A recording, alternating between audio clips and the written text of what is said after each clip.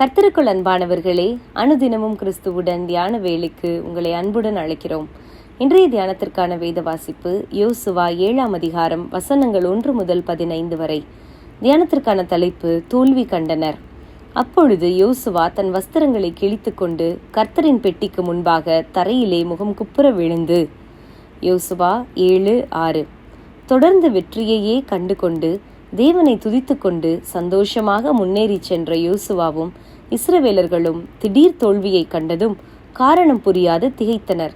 அப்பொழுது யோசுவாவும் மூப்பர்களும் தங்கள் வஸ்திரங்களை கிழித்து கொண்டு முகம் குப்புற விழுந்து தங்கள் தலைகளின் மேல் புழுதியை போட்டுக்கொண்டு சாயங்காலம் வரைக்கும் கர்த்தரின் பெட்டிக்கு முன்பாக கிடந்தார்கள். ஆயி பட்டணம் சிறியது, அதை கைப்பற்றுவதற்கு அதிகமானோர் தேவையில்லை என்று சொல்லி ஒரு 3000 பேர் மாத்திரம் புறப்பட்டு அந்த பட்டணத்தை முறியடிக்கலாம் என்ற நம்பிக்கையில் போகிறார்கள். ஆனால் நடந்தது என்ன? ஆயி பட்டணத்தார் இவர்களை முறியடித்து துரத்தி வந்து 36 பேரையும் கொன்று போட்டார்கள்.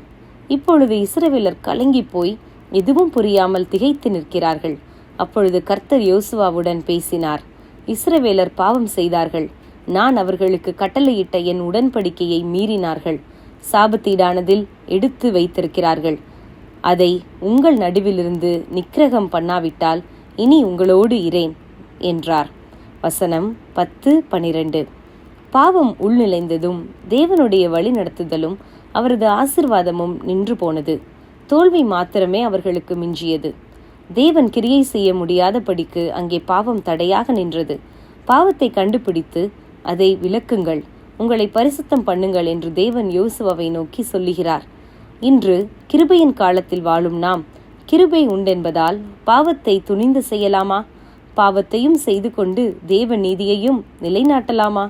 பவுல் ரோமருக்கு எழுதிய போது பாவம் பெருகின இடத்தில் கிருபையும் அதிகமாக பெருகிற்று என்கிறார். ஆனால் கிருபை பெருகுகிறதே என்று சொல்லி நாம் இன்னமும் பாவம் செய்யலாமா? கூடாதே.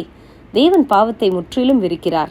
நாம் பாவம் செய்கிறவர்களானால் நாம் தேவனுக்கு பிரியமாய் வாழவோ எதையும் செய்யவோ முடியாது. நியாயப்பிரமாண காலத்தில் பாவத்துக்கான தண்டனை உடனே கொடுக்கப்பட்டது. அதனால் ஜனங்கள் மத்தியில் தேவ பயம் காணப்பட்டது. ஆனால் இன்று நாம் தேவனுக்கு பயப்படும் பயத்தை நம்மை விட்டு புறம்பே தள்ளிவிட்டு துணிகரமாய் பாவம் செய்ய முனைகிறோம். தேவனுடைய கிருபையை அற்பமாய் எண்ணாதிருப்போமாக. நாம் இன்றே தேவ சமூகத்திற்கு முன்பாக மனம் திரும்புவோம். ஜெபம் செய்வோமா? பரிசுத்தமுள்ள தேவனே, துணிகரமான பாவங்களுக்கு உமது அடியனை விலக்கி காத்தருளும். தேவ கிருபையை அற்பமாய் எண்ணி விடாதிருக்க உதவி செய்யும். ஆமேன்.